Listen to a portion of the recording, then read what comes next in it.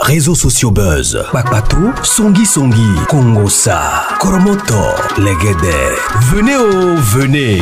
Venez vous informer en temps réel. Écoutez les critiques, les analyses avec Maman Buzz sur Réseaux sociaux buzz. Ici, pas de critiques stériles, ni tête ni queue, pas de polémique. Maman Réseau, Maman Buzz de tout le monde est là.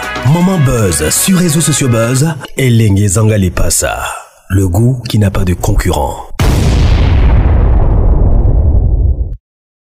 Affaire Hervé Bopta. Enfin, les Camerounais se sont levés. Et ici, j'ai rassemblé pour vous les différentes réactions d'autres se sont fait des influenceurs maintenant. Parce que je vous ai dit, il y a d'autres personnes qui m'écrivent dans les commentaires. Si ça te fera mieux si tu ne connais pas de ces terres. Non, on ne va pas se taire. On ne va pas se taire. Parce que je vous ai dit hier que ce sont des histoires, même dans mon pays, ça s'est fait. Même au Congo, ça s'est fait. Des disparitions, des morts. On retrouve des morts ici, on retrouve des morts là-bas. Des fois, même de personnes qu'on pointe du doigt. Ce ne sont même pas eux. Comme les gouvernements ne font rien, la population a pris le relève. J'ai même écouté Aïcha Kamoise en train d'en parler. Et tout ça, c'est Nzouimantou qui a réveillé maintenant certains influenceurs pour en parler. Et d'autres personnes qui ne sont pas des influenceurs, mais qui ont quand même beaucoup d'abonnés. Comme moi, je suis blogueur. J'ai le droit d'en parler. Et personne n'a le droit de m'interdire de parler d'un sujet aussi sensible. Les filles et les garçons sont des victimes. Oui, ce n'est pas toute personne qui vient témoigner qui est nécessairement victime. Parce qu'il y a une dame là qui est en train de parler, non, on m'a pris dans un taxi, lui ne peut se prouver de sa propre turpitude parce que tu montes dans un taxi sans pourtant connaître la destination. Mais il y en a encore d'autres qui sont réellement victimes. Et se sont fait approcher par des personnes croyant qu'il avait une agence de mannequinat. Le mannequinat n'est pas mauvais. Le mannequinat, c'est un travail. Et quand vous manipulez les gens comme ça au nom du travail, ça ne fait pas bien. Ça ne fait pas bien. Et vous les séquestrez, ça ne fait pas bien. C'est un crime. Et pour ça, on doit parler. Et les Camerounais, maintenant, ont ouvert le yeux. Si le gouvernement ne fait rien, on va les pousser à faire quelque chose. Si au moins, on peut arrêter ces messieurs, chercher des preuves. Au Congo, là-bas, il y a eu un pasteur Kassamba Kanza, je ne connais pas son nom. La fois passée, je vous ai apporté sa vidéo ici. Il a épousé une femme. Les voisins disaient qu'il avait 13 ans, 14 ans. Mais son père a dit qu'il avait 18 ans. Mais le gouvernement congolais s'est saisi de l'affaire. Et ils ont fait des enquêtes. Ils ont trouvé des preuves que la fille est née en 2009. Faites le calcul. Faites le calcul. La fille est née en 2009. Nous sommes en quelle année aujourd'hui? Nous sommes en 2024. La fille a 15 ans. Donc, si le gouvernement ne se saisit pas d'affaires, comment on saura faire des enquêtes? On dit toujours, il y a un adage qui dit, de l'eau ne bouge pas pour rien. Soit c'est les vents, soit il y a quelqu'un qui a bougé l'eau, soit même c'est la pierre. Nous, on veut que le gouvernement camerounais se saisisse de l'affaire. Il fasse au moins un procès à ces messieurs. S'il n'y aura pas de preuves, il sera innocenté, il sera on dit quoi? Il sera clean, il sera propre devant tout le monde parce que le gouvernement camerounais ou la justice camerounaise a tranché l'affaire. Mais si le gouvernement, la justice ne fait rien absolument, on aura des doutes sur ça. Et je suis très contente maintenant que là maintenant, tout le monde se réveille. On va bouger de choses. Il y aura cette pétition-là. Déjà, il y a au moins 5000 signatures déjà. Continuez à signer. Il faut que cette affaire soit éclaircie. Cette histoire des influenceurs, des influenceurs, ça doit s'arrêter. Il n'y aura plus de victimes continuelles. Les parents sont en train de mettre leurs enfants au monde avec beaucoup de difficultés. Vous utilisez leur sang pour faire vos histoires. Ce n'est pas bien. On ne va pas s'éteindre. Et puis, je ne vois personne dans mes commentaires parce que je commence à bloquer les gens ici. Nous, on est en train de faire un travail très noble. Ce n'est pas votre frère, si ce n'est pas votre sœur, si ce n'est pas quelqu'un de votre famille, vous direz que vous n'allez pas dire que toi, tu ne connais rien. Je suis au courant de beaucoup de choses parce que moi, je suis des médias, je reçois beaucoup de choses.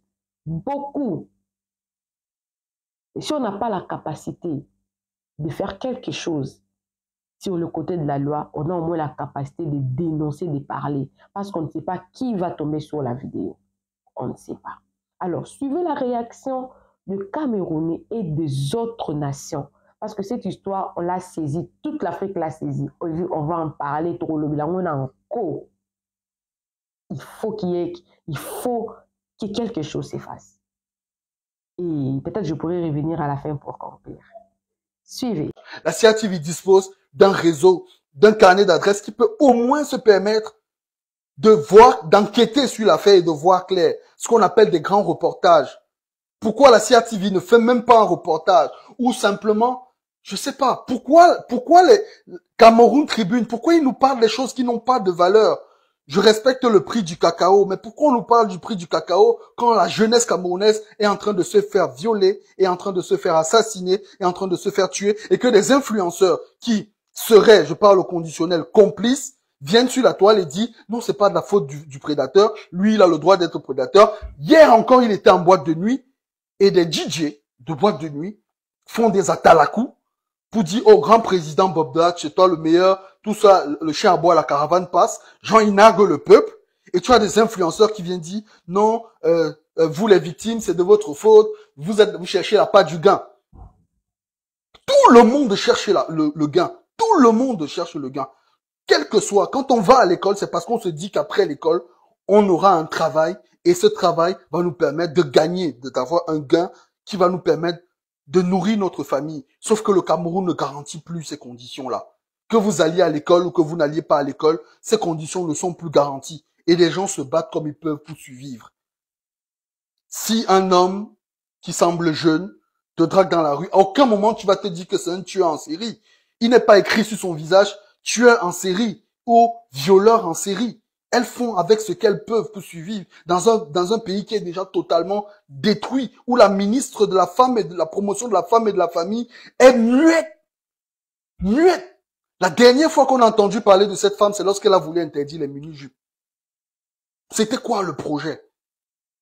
Elle ne parle pas. Les filles meurent chaque jour, sont battues, sont assassinées, sont violentées. Et la ministre de la Femme n'a même pas fait un petit communiqué, un seul, pour dire, ok, d'accord, on a entendu parler de cette affaire. On va voir si on peut mener une enquête. Même si c'est faux, même si on sait que aucune enquête n'aboutit jamais, mais au moins pour montrer que, en tant que ministre de la Femme, on peut défendre les droits des femmes camerounaises qui sont tuées et assassinées tel que l'a signalé le ministre de l'administration territoriale. Madame la ministre, vous êtes en train de détruire. C'est vrai qu'elle n'est plus jeune, ça je peux comprendre. Mais vous êtes en train de détruire la jeunesse camerounaise. Et c'est pour cela que je vais ressortir de ce direct en disant que je suis d'accord avec Robinson Pifo. Le 8 mars doit être une journée en noir. Tout le monde doit porter le noir. Le 8 mars 2024 doit être un 8 mars noir pour le Cameroun. Aucun pain ne doit être acheté. Si on décide de faire cela, si on décide le peuple est souverain, le peuple a la possibilité d'empêcher et de conduire lui-même sa propre destinée. Si le 8 mars, on décide d'être tous en noir pour boycotter justement parce que c'est le seul moment où on peut voir la ministre. C'est le seul moment où la ministre de la Promotion de la Femme veut prendre la parole.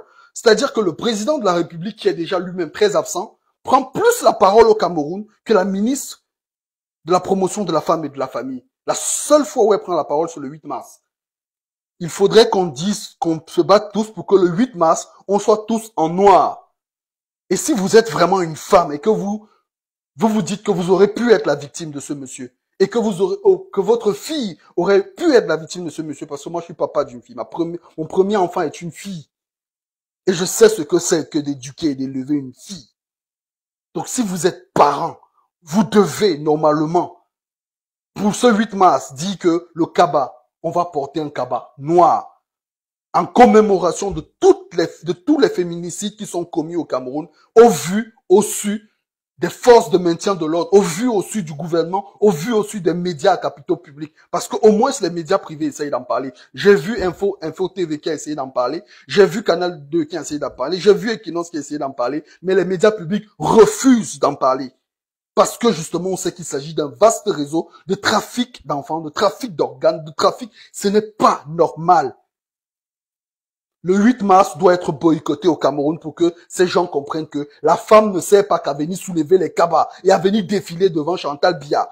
Le 8 mars est également un jour où on doit pouvoir donner à la femme la place qu'elle mérite, c'est-à-dire la place de déesse. Parce que la femme est une déesse dans la cosmogonie africaine. J'ai très mal. J'ai très mal de voir aujourd'hui dans quoi notre société est en train d'aller. Aujourd'hui, quand tu veux prendre la parole, on te dit non, tu peux pas prendre la parole parce que tu es ceci, tu peux pas prendre la parole parce que tu as fait cela, tu peux pas. Non. Non. On ne peut plus accepter ça. Et arrêtez de stigmatiser les victimes. Si elles ne veulent pas porter plainte, laissez-les tranquilles. Vous, le procureur, on a combien de procureurs de la République à Douala? On a combien de procureurs de la République au Cameroun? Aucun ne veut se saisir de ce problème. Donc vous voyez, si un procureur de la République, qui est censé être le bras séculaire de la loi, qui peut s'auto-saisir face à une situation comme celle-ci, refuse de s'auto-saisir, vous pensez que c'est les petites victimes dont les vies des familles sont menacées qui vont aller prendre des risques? On vous dit que quelqu'un a l'arme.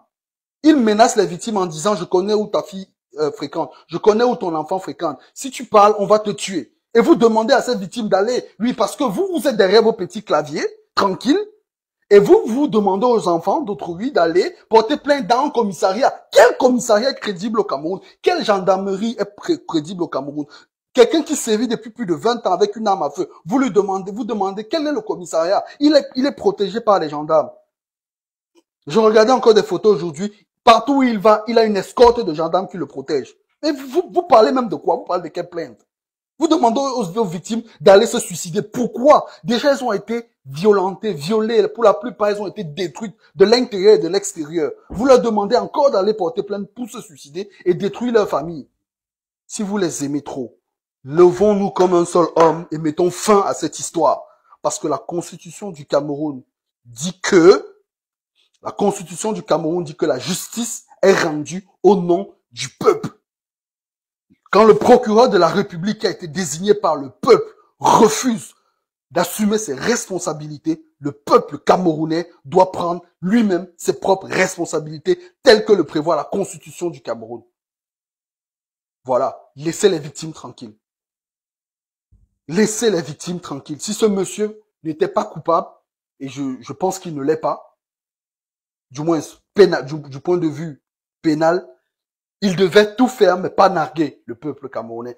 Mais lorsque plus de 100 personnes témoignent et qu'il y a une concordance de témoignages de personnes qui ne se connaissent pas, on doit quand même commencer à se poser des questions. Mais si au lieu d'essayer de mettre fin à cela, lui, il va dans les boîtes de nuit, il fait des atalakou, fait des vidéos pour narguer le peuple camerounais, alors le peuple camerounais doit prendre ses responsabilités. C'est ce que j'avais à dire. Je suis dans tous mes états, désolé. Je peux pas. C'est des choses qu'il faut, on ne peut plus tolérer dans un pays comme le Cameroun. On ne doit plus tolérer dans un pays comme le Cameroun. C'est ce que j'avais à dire. Merci à tous.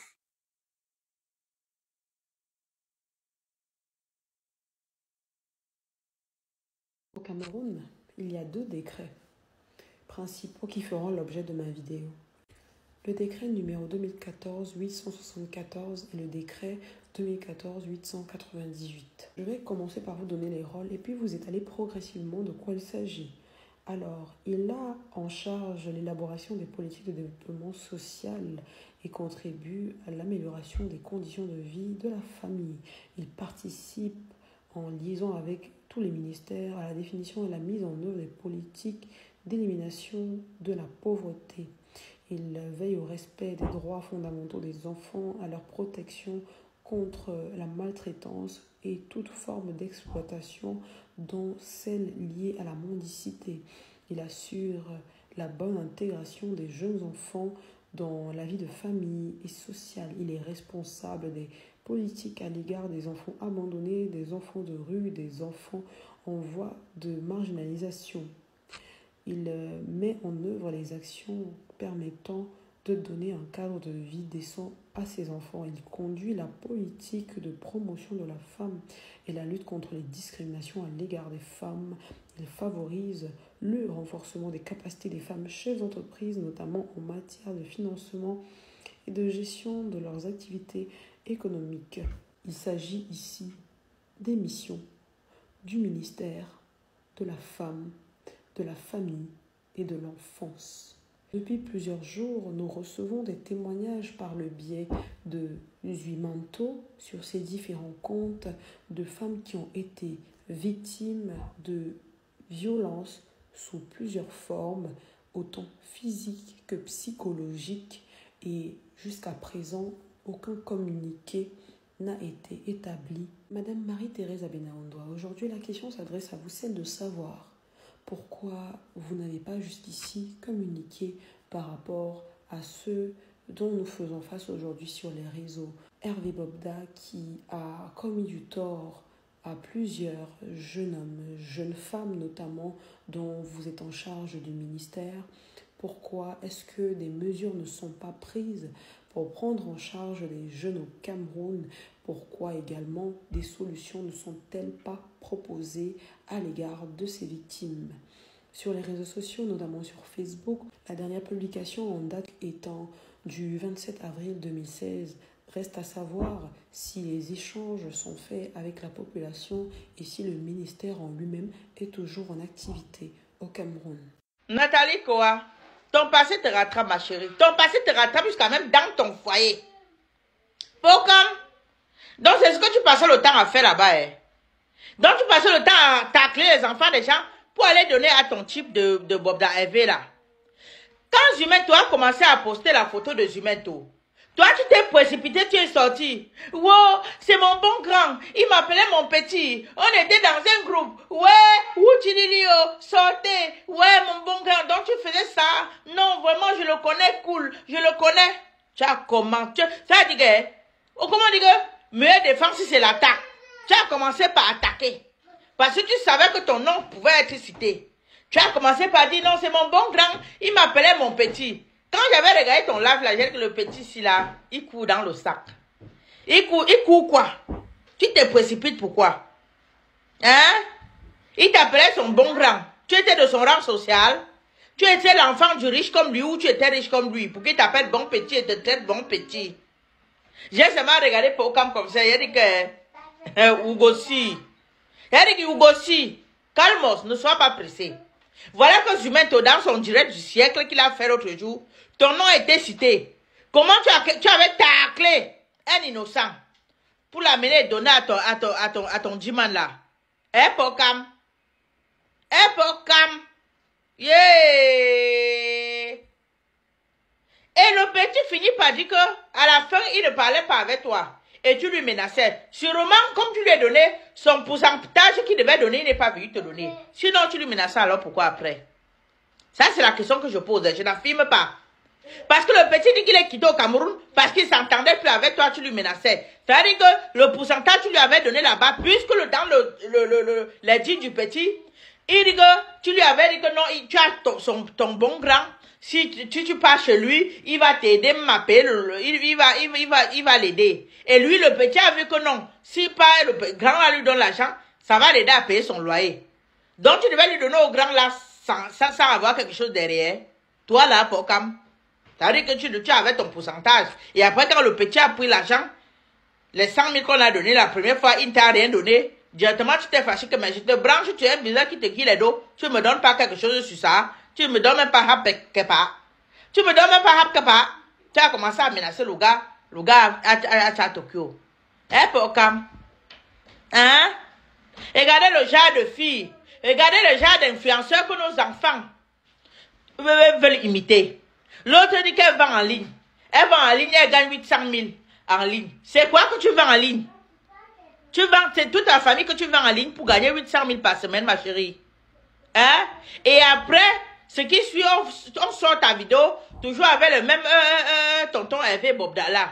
Donc, ça veut dire que ta vente en ligne de 800 000 par semaine là, c'était à la vente en ligne de sous-sort. Puisqu'à dire que tu voyages comme tu veux et tout et tout. Je te vois en direct sur TikTok, on est en train de te poser la question que c'est quoi que tu fais en ligne. Tu titubes, tu bégayes. On parle comme ça, il y a aussi des familles ici dehors, des mamans dehors. Tu as un enfant que toi-même tu sais que tu l'as envoyé faire aucune formation. Elle te dit qu'elle vend en ligne. Tu ne vois pas la marchandise qu'elle vend. Mais elle ramène l'argent à la maison.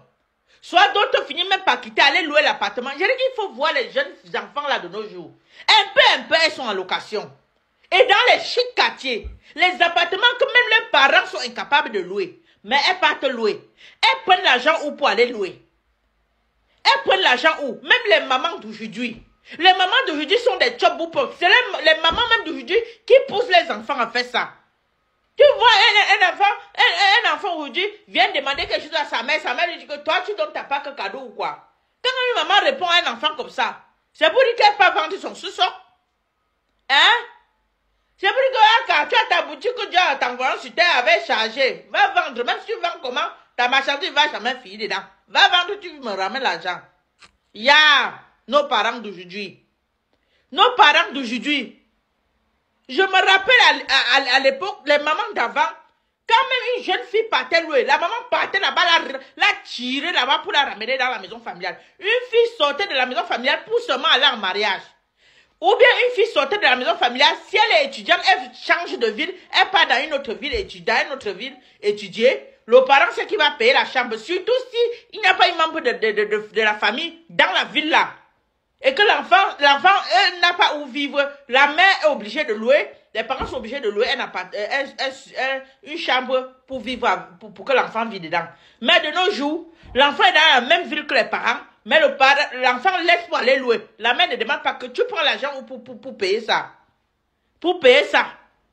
Il y a beaucoup de nos enfants, même la vie de débauche aujourd'hui, par rapport même au comportement de nos parents. Que nos enfants qui naissent aujourd'hui vont devenir quoi demain? Avec ce genre de comportement. Qui avait parlé, vous avez dit que je reste dans mon par mariage et je ne vous dérange pas. D'autres vont même venir insulter ma perruque. Mais qu'est-ce que j'ai à foutre si vous insultez? Hein? Qu'est-ce que j'ai à foutre si vous insultez? Il y a 20 en ligne qui donnent 800 000 par semaine. Elle ne dit même pas par mois, par semaine. Maman. Et c'est comme ça, des filles comme ça. Un malchanceux garçon va tomber sur elle. Quand elle va vendre ça, elle va voir que son nez est profané. Il dit que c'est déjà... Un malchanceux garçon va venir porter ça et mettre à la maison. Une fille que tous ses chances sont déjà finis. Un gars va porter, mettre dans la maison. Que même s'il avait son enfant, ça va finir. Parce qu'elle vient porter la malchance qui est en train de lui ruiner, mettre à côté de lui. Parce que quand on prend une fille par devant et par derrière, comment est-ce qu'elle peut encore avoir quoi sur elle qui peut aider son mari? Parce qu'un homme se marie, c'est pour avancer. Comme tonton Chalamel avait dit que si tu épouses une femme 1 an, tu fais ton bilan, c'est 0. Chasse-la, c'est la malchance. Ça, c'est des filles comme ça. Qui ont passé le temps, les chances étaient tout bousillées. Ça a été tout bousillé. Après, le malchanceux garçon va venir porter. Quand il va porter, à la maison, tout ne va pas aller. Tout va aller. Ça dit les choses vont aller. Toutes les choses vont aller en chute. Il va rester comme ça. Il dit qu'est-ce qui ne va pas. Il faut les voir sur les réseaux. Toujours en train de secouer les fesses. Ils ont un collant là maintenant qu'elles mettent. Ça sépare les deux boules de couscous derrière comme ça. Elle secoue. Même celle qui dit que, vous voyez là, elle dit qu'elle travaille 800 000 par semaine là. C'est ce qu'elle fait sur TikTok. Que c'est quel genre de vie que vous menez? Hein? Après, le garçon de quelqu'un va venir vous porter, mettre chez lui. Vous allez apporter l'obscurité. Toute la malchance que vous avez passé le temps à porter sur les hommes dehors, vous allez venir mettre l'obscurité de ça sur l'enfant de tuer dans la maison. Ouais. Et pour un cas, maman, il y a quoi? Toi, ne parle même pas. Même si tu avais fait ça par le passé. J'ai dit, Nathalie Koa, tu avais fait ça par le passé. Maintenant, tu es dans ton foyer. Concentre-toi sur ton foyer et éduque tes enfants. Éduque tes enfants. Parce que j'ai vu sur un post, tu as dit que tu veux faire le direct, tu voulais passer dans le direct de Tumeto. Tu n'as pas besoin. Reste concentré sur ton mari et tes enfants. Ton passé, tu as laissé derrière. Tu t'es vu de l'attraper et tu t'es mis dans ton foyer. Reste concentré dans ton foyer et éduque tes enfants dans la paix du Seigneur. Sinon, c'était Brian. Partagez et likez. Bisous. Bon, comme quand on a une plateforme, il faut l'utiliser intelligemment. Il faut qu'on parle de l'affaire qui est en train de secouer le Cameroun / toute l'Afrique francophone, même plus. L'affaire Bobda, parce que c'est hyper... C'est tellement grave, en fait. En gros, je vous explique pour ceux qui n'ont pas suivi, ou même pour ceux qui le savent. On a un personnage un peu de la jet set camerounaise, un opérateur économique. Ce terme, je le déteste parce que ça veut juste dire pas flotteur. C'est juste les brouteurs, là. Bref, on a un opérateur économique camerounais très très connu, qui se retrouve dans une polémique parce qu'il aurait agressé plus d'une centaine de femmes, la plupart des mineurs, donc des filles. Et c'est même pas juste il les a agressées, enfin, ça c'est jamais Sten. Mais genre, c'est même pas juste des agressions classiques, c'est genre vraiment des trucs sadiques, des trucs de... Il y en a qui se retrouvent avec des verres dans les orifices. Il y en a qui sont devenus, qui ont pété un plomb, littéralement. Il y en a qui se sont retrouvés hospitalisés, qui ont des problèmes de santé à vie, qui ont attrapé le VIH. Et en fait, après tout ça, après toutes les plaintes qui ont été déposées contre lui, après tout, tous les témoignages, quand je vous dis une centaine, c'est vraiment une centaine, hein, c'est même pas des blagues, c'est genre, il y en a vraiment... le dernier que j'ai lu, c'était le 74e, Astaghfirullah. Mais genre, avec tout ça là, on refuse de le mettre en prison, de le mettre sous mandat ou quoi que ce soit, parce qu'il a des contacts dans le gouvernement. Quand je vous dis l'Afrique va jamais s'en sortir, moi j'abandonne. Comme il a des contacts à la présidence et tout, franchement, à ce qui paraît, il a ses accès vraiment. Genre il peut rentrer comme il veut, il rentre comme il sort et tout. Comme il a ses contacts là-bas, bah ses crimes restent impunis. Et ça fait des années que les gens ils sont au courant. Et d'ailleurs, la partie que j'ai failli oublier, c'est qu'il y a certaines grandes, pas flotteuses encore une fois, du net là, des influenceuses, vous savez, celles qui sont... Ah, ça j'en perds mon français. Celles qui aimaient se donner un genre, oui, je suis une entrepreneuse, j'entreprends dans ci, dans ça, on n'a jamais vu là. Les Coco Emilia, Nathalie Koura, cette catégorie, cette gamme-là. Là. Je ne vais pas donner de blagues qui n'ont pas été citées. On apprend qu'en fait, c'était ses proxénètes. Et je ne sais pas si j'ai le droit de dire ce mot sur TikTok. En tout cas, on apprend que c'était ses fournisseuses. Et après, elle donne genre 500 000 à la fille qui vient de se faire littéralement traumatiser et genre c'est censé passer crème. Il a littéralement détruit des vies. Hein. Genre littéralement, il y en a qui ont des séquelles à vie, même psychologiques. Déjà, en dehors des séquelles psychologiques que je pense qu'elles ont toutes, il y en a qui ont des séquelles physiques à vie. Et après tout ça, là, il va s'en sortir. Genre comme si de rien n'était et tout, parce que monsieur a les bons filons et tout et tout. Et à ce qui paraît, il n'était pas tout seul de son délire. Hein, parce qu'il s'agirait d'un quartier de Yaoundé, je sais plus si c'est Yaoundé ou Douala. En tout cas, un quartier là-bas où il y a un hôpital à côté où souvent ils recevaient des filles avec des cas bizarres, genre... Je veux pas dire quel genre de cas, mais genre tout le temps il y avait des filles qui rentraient pour des problèmes bizarres aux orifices et tout, genre c'était louche. Et même le personnel hospitalier confirme qu'il y a toujours des filles qui venaient de là-bas, genre qui se retrouvaient genre à l'hôpital avec des trucs bizarres. Et puis ils prenaient toujours des filles dans le besoin, des filles genre, vous voyez, qui veulent la vie d'Aloca mais ils savent pas comment... En tout cas, je veux pas dire si c'était pire ou moins pire que R. Kelly parce qu'on a juste un R. Kelly africain là. Genre, en fait, c'est un mix en fait, un peu de Weinstein, un peu de R. Kelly, un peu de tout le monde. Il est vraiment et j'espère vraiment qu'ils vont le mettre en prison parce que ça fait bientôt une semaine qu'on en parle, mais tous les médias esquivaient la polémique jusqu'à très récemment là. C'est hier qu'il a commencé à avoir des reportages dessus. Et à ce qui paraît, il était pas, comme je vous l'ai dit, il n'était pas seul de son délire. Il y avait aussi des artistes, dont certains décédés, originaires de la Côte d'Ivoire, je ne dis pas de nom, qui auraient été mêlés. En tout cas, que justice soit faite. Parce que comment il y a plus de 100 témoignages contre toi et puis tu tombes pas? Non, j'espère... En fait... Bon, ça c'est politique, hein, mais j'allais dire, il faut qu'on élimine le monsieur en voilà. Dès qu'il y aura la suite sur cette affaire, je reviendrai sur ça. S'il y a encore une autre nouveauté, je reviendrai. S'il y aura encore d'autres noms de personnes, des complices cités, parce que jusque-là, des victimes continuent de sortir, je reviendrai. On ne va pas se taire. Comme Nzui Manto ne s'est pas tué. Nous, on ne va pas se taire. On va lui soutenir. Parce que si nous, on s'était, il sera tout seul dans la bataille. On n'a pas encore gagné. Il sera tout seul. On doit rester à côté de lui. On doit rester... Moi, je suis congolaise. Pourquoi je fais ça? Pour faire honte au gouvernement camerounais. Parce que d'autres pays commencent à se saisir de votre histoire. Dit-on qu'ils lancent ça, c'est lave en famille, non? Pourquoi ça se lave pas en famille? Pourquoi ça sort d'autres nations en prend? Le gouvernement camerounais, la justice camerounaise devrait avoir honte. On dénonce, on fait ça pour que la justice camerounaise ait honte. honte. On n'a pas d'abord la bonne vie. Il n'y a pas de travail. Et il y a encore des gens qui nous font souffrir. Au moins ça. Si vous ne pouvez pas nous donner le bon travail, des bonnes routes, tout ça là, des bons sociaux, mais faites en sorte que nous puissions au moins être justifiés, protégés au moins. Si au moins on connaît le responsable de tout ça. Parce que vous avez, you fail to do everything.